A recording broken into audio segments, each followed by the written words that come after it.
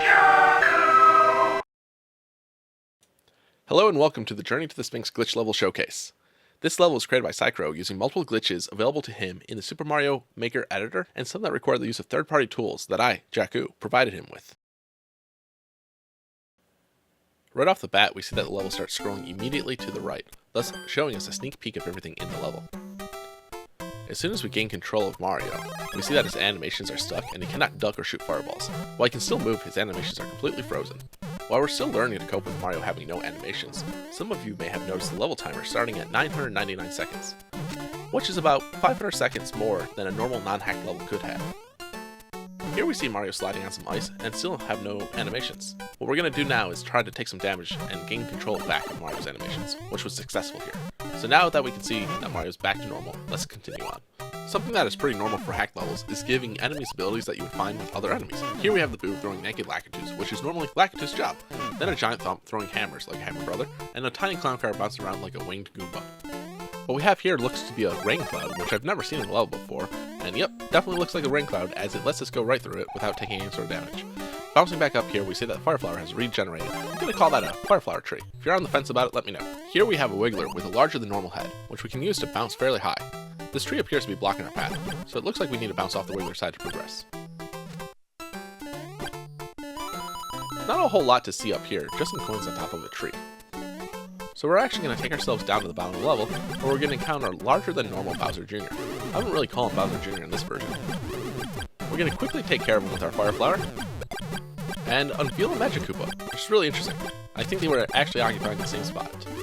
Once he shows up in a good spot where we can kill him, we're going to move on. Now that we've taken care of him, let's move on. We'll notice that there's actually a Shellman over to our left, so we'll quickly grab that and jump back on down. What we notice here is that we're actually inside the ground and not on top of the ground.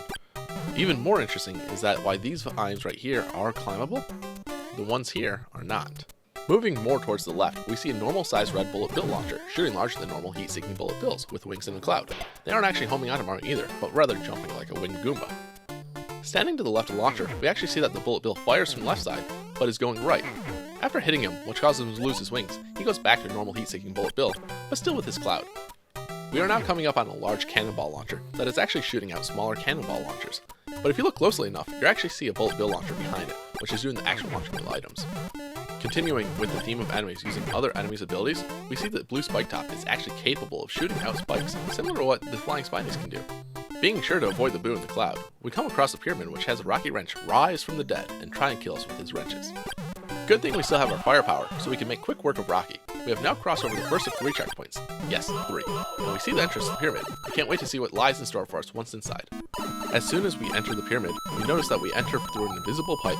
After we make it to the bottom of the level, we notice that there are some grayed out blocks. Each of the blocks actually appear to have their own properties, which are certainly not normal. Comment below if you think you know what property each of the blocks actually has.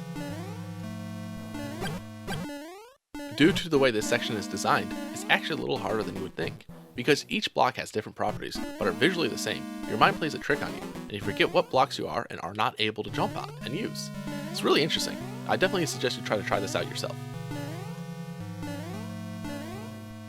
Once we get to the top of the blocks, we notice that it is actually a donut block. By allowing the block to lower a bit, we can get a better jump at getting one of the blocks to the left or right.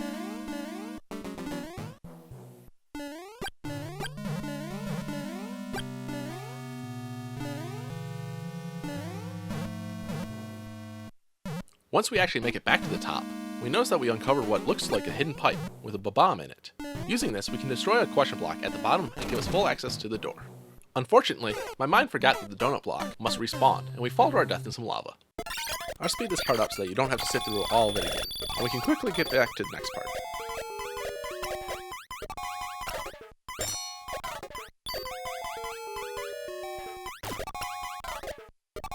And we are back. This part actually has the bridge item that you would see at the end of the castle level, being used as platforms all over. In the top right corner, we also see a larger than normal Buzzy Beetle. Hitting him actually allows us to grab his shell, so now we must race to the bottom before he wakes up so we can destroy the one block blocking our path.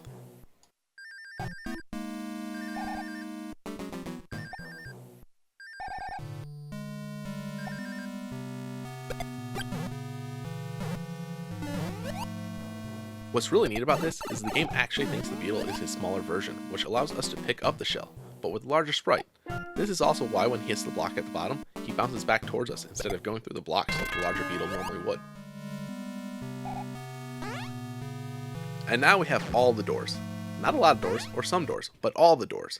Luckily for us, there are 2 indicators of what doors we need to actually enter to beat this part. Otherwise, I fear we would need all 999 seconds of this level to complete this section.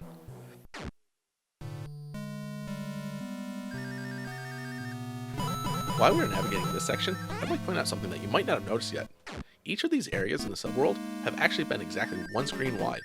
This is actually using a glitch that you can't normally do in the game that freezes the camera position.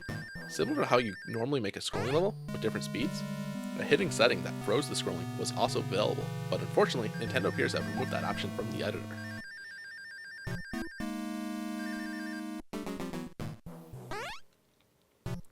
In this section, we're now going to have to use the spike tops to help us find our path down to the bottom. By watching them closely, we can see exactly where there is and isn't ground. The glitch might be familiar to a lot of users, as it was one of the first glitches that Nintendo removed from the game. It allows you to give different properties to different blocks, and make some of the blocks actually invisible. This led to some really creative levels being created, especially really interesting ghost houses. It really makes me wish Nintendo had allowed some of these glitches to remain so that we could see the full potential of users' creativity.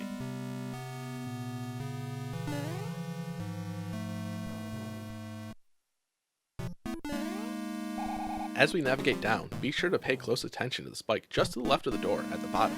I'm sure that spike's going to get a few people.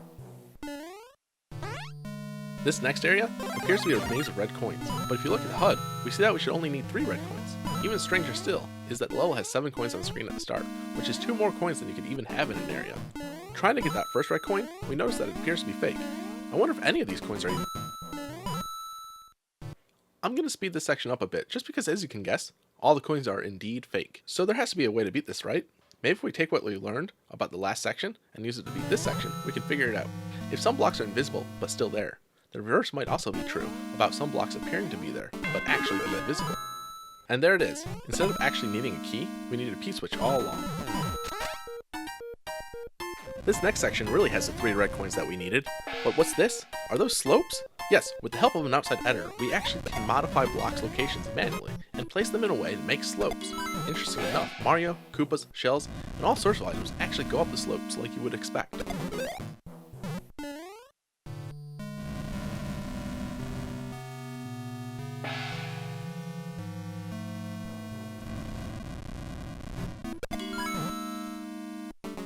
This last red coin's location looks to be in an interesting spot. How can we get up there? Looking closely at the background, we can see some pillars. But we can't climb those, right? Actually, they're hiding invisible vines. We can use them to climb up, and after a few attempts, grab that red coin and gain access to the final room.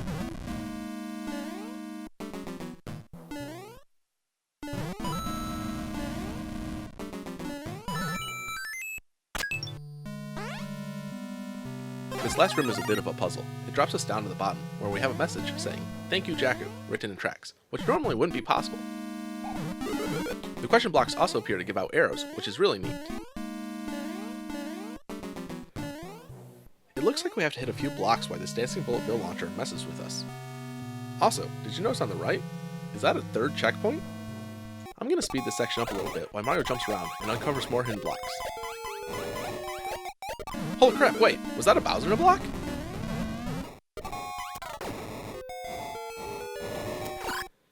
Using Bowser to help us hit that question block, we can now break the wall and get over towards the 3rd checkpoint. Of course a skewer is in there.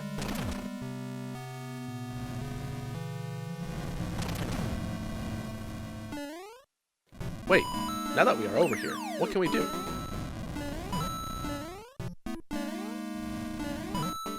Hitting the final question block reveals the axe, and hitting it completes the level. Thanks to Psycrow for building this level, and be sure to check out the reaction video of this level being posted tomorrow. You can find other great level playing like this right here on this channel, or find me at twitch.tv/Jaku.